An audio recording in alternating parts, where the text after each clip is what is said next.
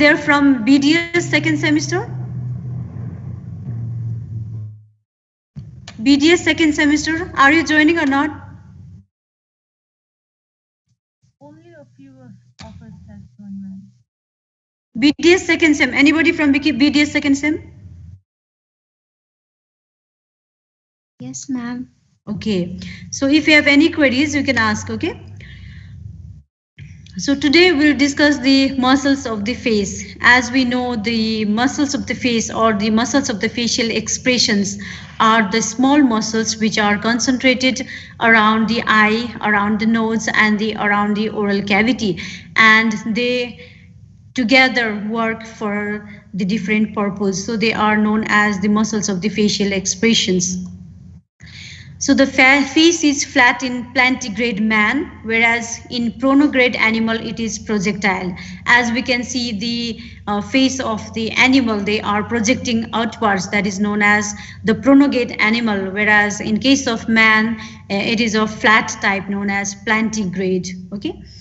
The forehead is common to both the face and the scalp because the extension of the face is from the hairline of the scalp above to the chin and the base of the mandible below, and on each side the auricle. So the forehead is common for both the scalp and the face.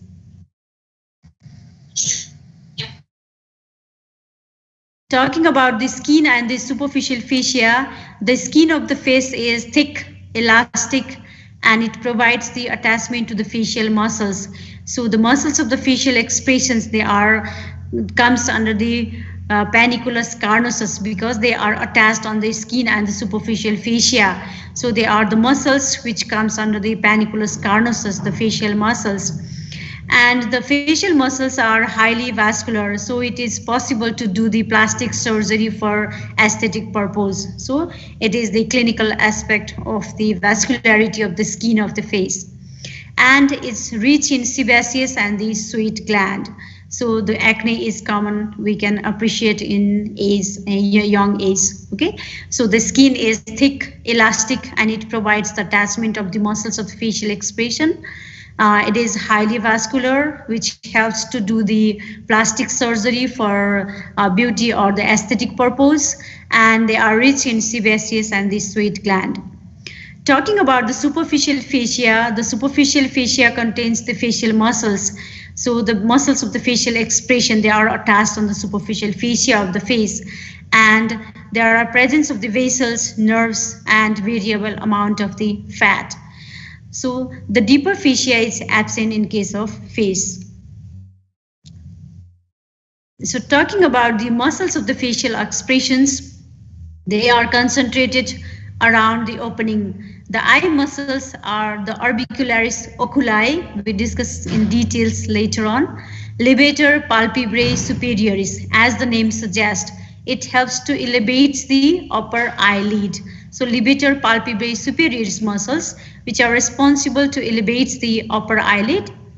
Corrugator supercilii, the muscles which draws the eyebrows inferiorly and medially as in frowning, causing the vertical wrinkles on the forehead. So in the forehead, we can appreciate the vertical wrinkles. In case of old patients, it is because of the presence of the corrugator supercilii. In young individual, it cannot appreciate in different expressions only. Occipitofrontalis, it elevates the eyebrows and produces the transverse wrinkles of the forehead, which is responsible for the expression of surprise, horror, and the fight. So occipitofrontalis, the frontal belly of the occipitofrontalis muscles, they are responsible to elevate the eyebrows upward and production of the transverse wrinkles of the forehead. Especially it can be seen in surprise and horror. Talking about the orbicularis oculi muscles, it consists of orbital part, palpebral part, and the lacrimal part. So the orbital part is attached on the medial palpebral ligament on the medial corner of the eye and adjoining frontal and the maxilla bone. So which is responsible for the forceful closure of the eye. So during the exposure to the dust or forceful air, the eye, it blinks, it wants to protect itself with the help of the orbital part of the orbicularis oculi muscles, and is responsible for the protection of the eye. So forceful closure of the eye is done by the orbital part of the orbicularis oculi muscle. And the next part is the palpebral part, which is attached on the medial palpebral ligament to the lateral palpebral ligament. So medial palpebral ligament is present in the medial corner of the eye, and the lateral palpebral ligament is attached on the lateral part of the eye and is responsible for gentle closure of the eye, okay, according to our wish. And the lacrimal part, which is attached on the crest of the lacrimal bone and the lateral palpebral ligament, and is responsible for transport of lacrimal fluid. Okay, so the orbicularis oculi is the muscles which are concentrated around the eye, and it consists of orbital part, palpebral part, and the lacrimal part. Orbital part is responsible for the forceful closure of the eye. Palpebral part is responsible for gentle closure of the eye, and the lacrimal part helps to transport the lacrimal fluid. So that is all about the orbicularis oculi. And the function, it acts as a sphincter of the eyelids under both the conscious and unconscious control, that is during the blinking. So that is the orbicularis oculi. It is important for MCQ as well as the gross. So do you have any queries, anybody? Are you getting or not? Prince, are you there? Prince? Yes, ma'am. Okay, do you have any queries? No, ma'am. Okay, if you have any confusion, please ask, okay? So move on to the next muscles, that is the procerus. It gives look of frowning and is responsible for the production of the transverse wrinkles across the bridge of the nose, which can be easily appreciated in the lean and thin people and in the old individuals. So procerus and the transverse wrinkles across the bridge of the nose. And the next muscle is the nasalis. As the name suggests, it is present around the nose, and transverse part, sometimes called compressor nasi. It helps to compress the nasal breeze, and the alar part is the dilator nasi. It helps to dilate the nasal or the nasal ostium. Okay, so dilator nasi and the compressor nasi are there in the nose. Depressor septi nasi. Dilatation of the anterior nasal aperture is present in active in anger and is responsible by the contraction of the depressor septi nasi. And the next muscle is the levator labii superioris. As the name suggests, it is present in the upper lip and responsible for the elevation of the upper lip. So that is the main elevators of the upper lip. So levator labii superioris. Levator labii superioris alicinesi is the muscles which are responsible for the elevation and eversion of the upper lip and dilates the nostrils. So it is responsible for elevation and eversion of the upper lip and dilatation of the anterior nasal aperture or the nostrils.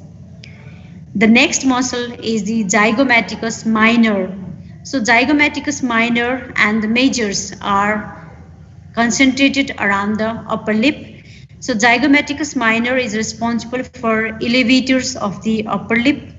Zygomaticus major, it contributes to the smiling and laughing.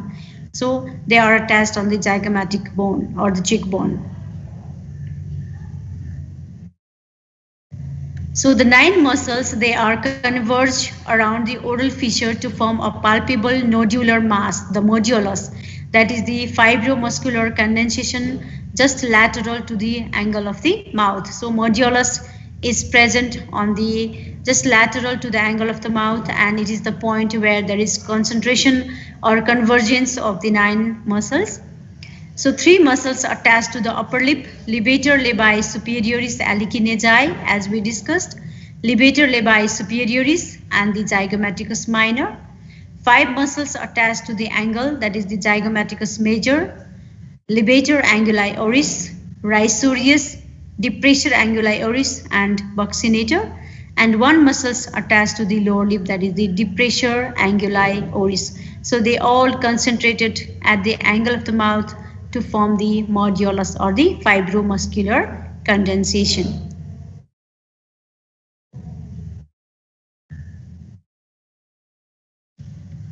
So the muscles of the facial expression, the muscles which are concentrated around the mouth, they are the rhizorius.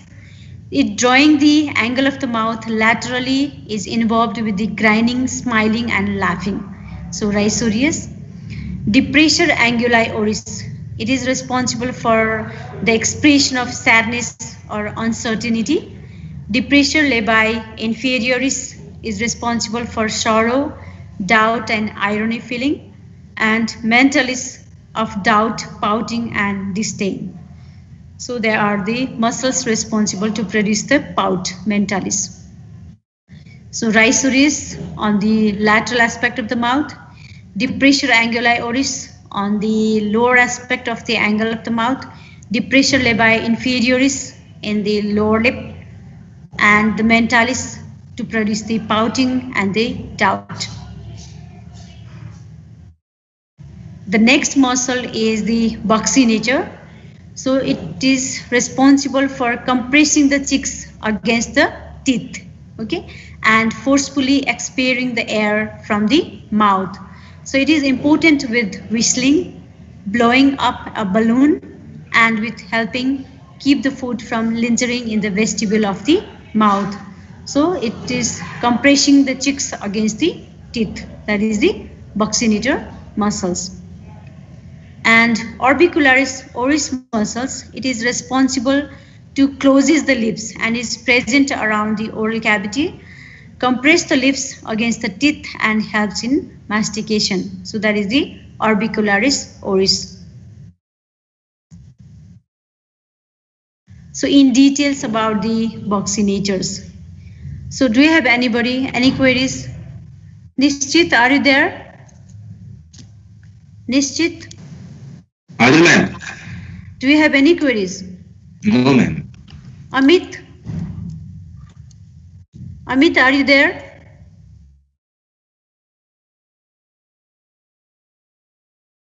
Amit, are you there? Ganesh? Are you there? Yes, ma'am. Do you have any queries? No, ma'am. Okay. If you have any queries, any confusion, please ask, okay? So move on to the details about the buccinator. As we discussed, the buccinator is responsible for compressing the cheeks against the teeth and is responsible for forceful expiration of the air. So it arises from the outer surface of the alveolar process of the maxilla and mandible opposite the 3 molar teeth. 3 molar means first, second and third molar teeth in the alveolar process of the maxilla and the mandible from the posterior aspect of the jaw. The pterygomandibular raphe from the pterygoid hamulus to the mandible behind the third molar tooth, and the pterygoid hamulus to the maxillary tuberosity. So these are the area from where the muscle fiber of the buccinator gets originated, and the upper maxillary fiber, they goes to the upper lip, lower or the mandibular fibers goes to the lower lip, and the intermediate fibers, they undergo chiasmatic decussation at the modulus. So upper goes to the lower and the lower goes to the upper. So they all fiber, they concentrate to form the buccinator. And talking about the orbicularis oris, so the muscles around the oral fissure or the oral cavity, and it consists of extrinsic part, intrinsic part. So the extrinsic part are derived from 3 strata. They are the deepest stratum from the incisivus superior muscles and the incisivus inferior muscles. So the meaning of incisivus superior and the incisivus inferior means the muscles originating from the incisive area of the lips. So that is the incisivus superior and the incisivus inferior, that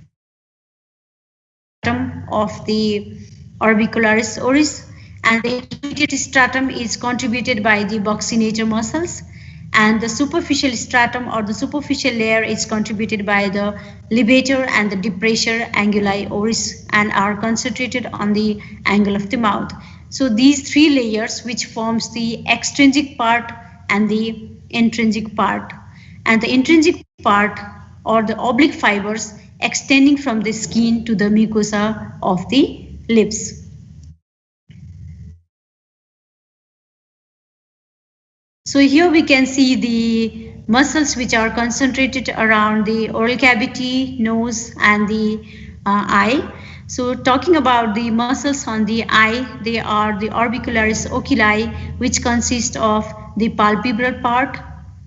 So this is the palpebral part of the orbicularis oculi, concentrated around the eye from the medial palpebral ligament to the lateral palpebral ligament and the maxilla and frontal bone here. And the other muscles here we can see are the orbital part of the orbicularis oculi from the medial palpebral ligament to the lateral palpebral ligament, and the lacrimal part which are concentrated on the lacrimal bone or the lacrimal crest in the medial aspect of the eye. So these three parts, they form the orbicularis oculi and responsible to close the eye. And the next muscles on the nose here we can see the nasalis muscles. They are the transverse part or the compression nasi and the dilator part on the ala of the nose.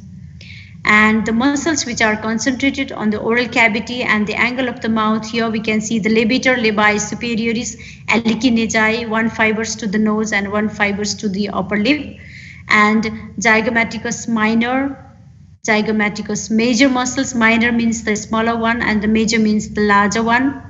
And this is the modiolus area. And here we can see the buccinator muscles, fibers. Okay, and this is the rhizorius, which are extending, pulling the angle of the mouth on the lateral aspect. And here we can see the masseter muscles with the masseteric fascia. And other muscles here we can see is the depressor septi nasi on the nasal septum to the upper lip here. So they are the muscles which are around the oral cavity, which forms the orbicularis oris muscles. And here we can see the mentalis muscles responsible to form the pout or the disdain. So they all are the muscles which are present in the eye, around the nose and around the oral cavity. And here we can see on the frontal part, on the forehead, the frontal belly of the occipitofrontalis muscles.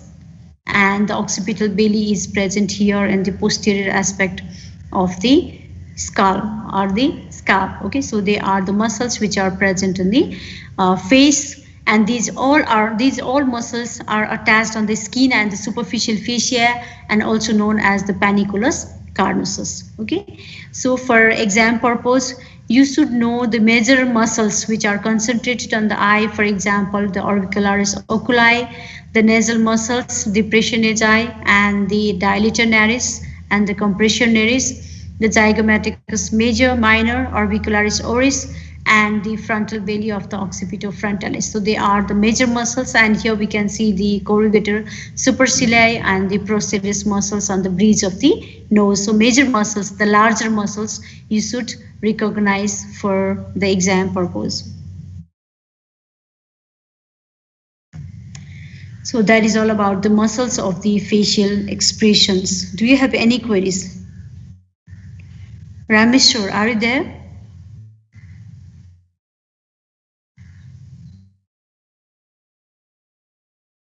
Anil, are you there? Abdul, are you there? Rameshwar, Abdul, do you have any queries? Abhishek, Abhishek, are you there?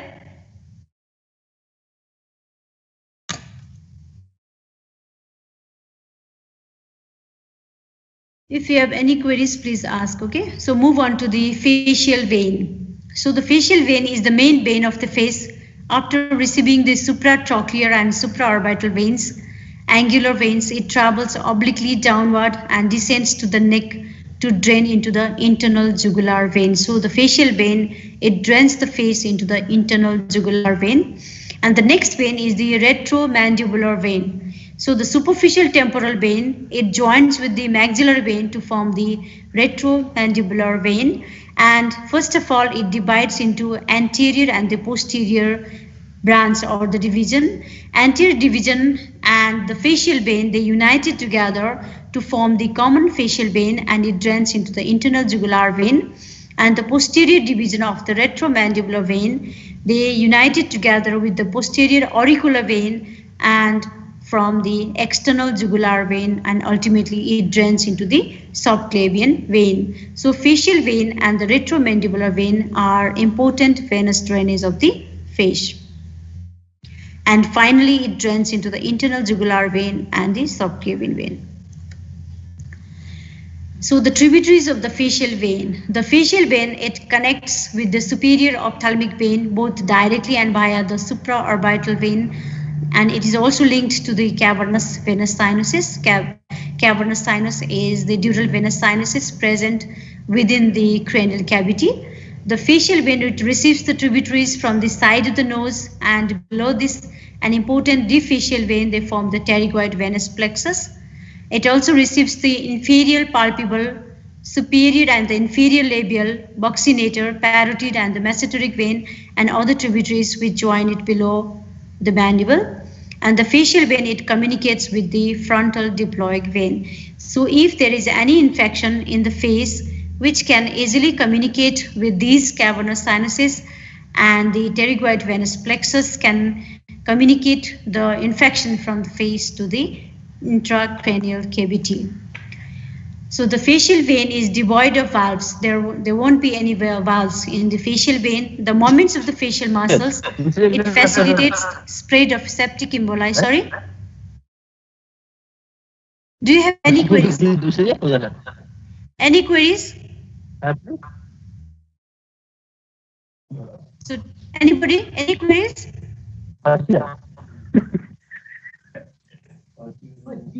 Do you have any queries? Who is laughing on the class? If you have any confusion, please ask. Don't disturb the class, okay? So the facial vein is devoid of valves. Movement of the facial muscles, it facilitates the spread of septic emboli or the infected area of the upper lip and the lower part of the nose in retrograde direction can cause the thrombosis of the cavernous sinus. That is why this area, the lateral aspect of the nose, ala of the nose, and the upper lip, this area is also considered as the dangerous area of the face, because the infection from this area easily can transmit to the cavernous sinus and can cause the thrombosis. So it is known as dangerous area of the face. So upper lip and the adjoining part of the nose lying between the angular and the deep facial vein, that forms the dangerous area of the face and is important for MCQs. So this area, the ala of the nose, the upper lip, and this area, it forms the dangerous area of the face. If there is any infection, it can easily communicate to the cavernous sinus and can cause the thrombosis of the cavernous sinuses.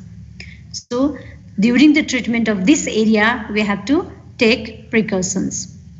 And here we can see some artery and the veins. So anastomosis of the arteries and the tributaries of the veins in the face can be easily appreciated. So zygomatico-orbital artery is there, supratrochlear, supraorbital artery and the veins are here, and the dorsal nasal artery and the veins are here, and they are in free anastomosis, providing the high vascularity to the face. Talking about the nerve supply of the face, the numerous muscles of the facial expression are supplied by the facial nerve. So facial nerve is the motor nerve, so it supplies the motor nerve to the muscles of the facial expression, except the masseter, and the masseter is supplied by the masseteric branch of the anterior division of the mandibular nerve. So masseter, it comes under the muscles of the mastication. The sensory innervation is primarily from 3 divisions of the trigeminal nerve, so with smaller contributions from the great auricular nerve of the cervical plexus. So sensory by trigeminal nerve, it divides into ophthalmic, maxillary and mandibular division, and also contributed by the great auricular nerve of the cervical plexus. So that is the sensory innervation, and motor by the facial nerve. So trigeminal nerve, 3 large area of the face with the 3 divisions of the trigeminal nerve. Each division of the trigeminal nerve is associated with the developing facial process, which gives rise to a specific area of the adult face. So the ophthalmic nerve is associated with the frontonasal process of developing face and head and neck region. The maxillary nerve with the maxillary process, and the mandibular nerve with the mandibular process. So that is the division of the trigeminal nerve according to the developing face region. So here we can see the ophthalmic division of the trigeminal nerve. So it divides into supratrochlear and supraorbital and all the smaller branches. From the maxillary nerve, infraorbital nerve, the zygomaticofacial nerve, zygomaticotemporal nerves are there from the maxillary division of the trigeminal nerve, and from the mandibular division of the trigeminal nerve, the mental nerve, the buccal nerve towards the cheek region, and the auriculotemporal nerve towards the in front of the ear. So this is the ophthalmic area, the maxillary area, and the mandibular area, which are responsible to supply the face. And from the great auricular and the transverse cervical branches from the cervical plexus, they are supplying to the neck region here. So this is the territory from the ophthalmic nerve, maxillary nerve, and the mandibular nerve. Once again, the ophthalmic nerve, supratrochlear, supraorbital, which supplies this area, the ophthalmic area. The maxillary area is this, giving the infraorbital nerve, zygomaticofacial, zygomaticotemporal, and this is the mandibular nerve, which supply to this area up to the preauricular area, auriculotemporal nerve, and mental nerve, and the buccal nerve.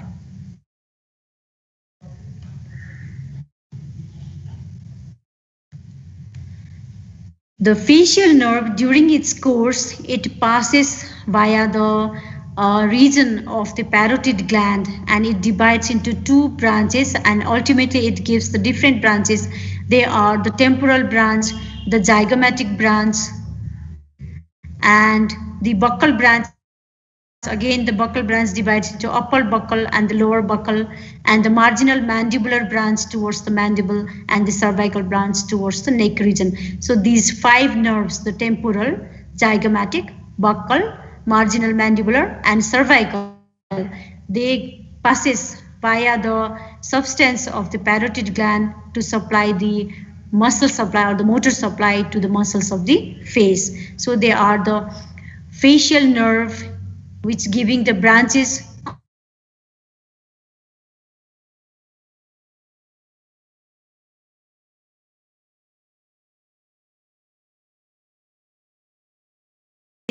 it passes tortuously about 1.25 centimeter lateral to the angle of the mouth. It ascends along the side of the nose, ends by anastomosing with the dorsal nasal branch of the ophthalmic artery. The ophthalmic artery is the branches from the internal carotid artery. So in the face, there is a free anastomosis between the branches of the external carotid artery and the internal carotid artery. So internal carotid artery, ophthalmic artery, and the dorsal nasal branch, external carotid artery, and the facial artery. So they are the artery which getting anastomosis on the face and supply the major area of the face. So superficial arteries of the face and scalp, here we can see the supratrochlear, supraorbital artery, superficial temporal artery, posterior auricular, and the occipital artery. And the external carotid artery, it gives different branches. Here we can see the superior thyroid, lingual, facial, maxillary artery, and the superficial temporal artery, transverse facial artery. So they all are the artery which are the branches from the external carotid artery.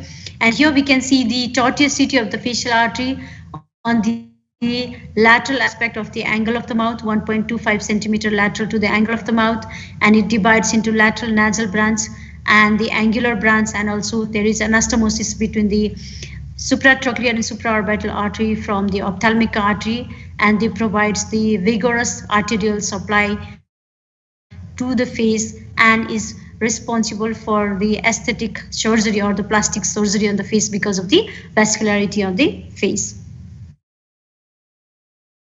So move on to the lymphatic drainage. The lymphatic drainage of the face can be drained in three areas: the upper area, intermediate, and the lower area. So upper area is the greater part of the forehead, temple, lateral half of the eyelid, conjunctiva, and the parotid. It drains into the pre-auricular or superficial parotid lymph nodes towards the in front of the parotid gland. Intermediate area, central forehead, frontal sinus, medial half of the eyelid, nose with the maxillary sinuses, upper lip, lateral part of the lower lip, medial part of the cheek, and greater part of the lower jaw drains into the submandibular lymph nodes, and the lower area, central part of the lower lip and the chin into the submental lymph nodes. So upper area, pre-auricular and the superficial parotid lymph node, intermediate area into submandibular lymph nodes, and the lower area into submental lymph nodes.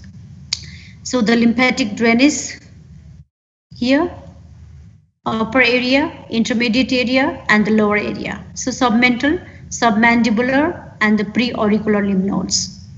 So here we can see palatine in front of the ear, this one, pre-auricular area, and this is submandibular and the submental lymph nodes. So that this is the lymphatic drainage of the face. So that is all about the lymphatic drainage of the face. If there is any infection in the draining area, for example, if there is any inflammation or the enlargement of the submandibular lymph nodes, we have to examine the area which are drained by the submandibular lymph nodes. For example, the middle area, the cheek, nose, middle aspect of the eye, and the upper and the lower jaw.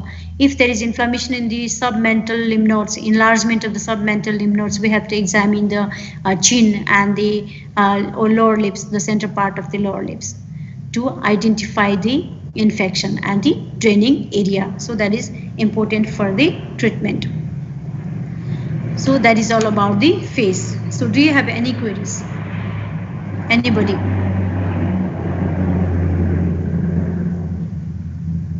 Abhishek, are you there? Abhishek, are you there?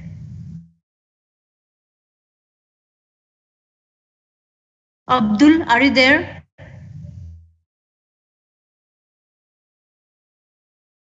Ganesh, are you there? Ganesh? Hazur ma'am. Do you have any queries? No ma'am. If you have any queries, please ask, okay? Anybody?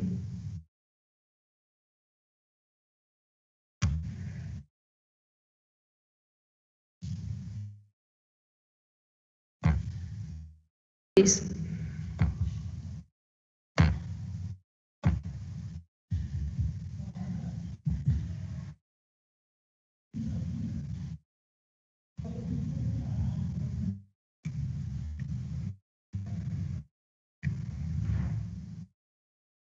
So try to draw this figure so that you can easily identify the muscles of the facial expression which are concentrated on the eye, nose, and the mouth. So major muscles you have to identify, and try to draw the nerve supply, the territory of the ophthalmic nerve, maxillary nerve, and the mandibular nerve, to identify the nerve supply. Try try to draw this to know muscles and their nerve supply and the lymphatic drainage of the face. Okay, so they are important for exam purpose. So do you have any queries, anybody? If not, have a good day.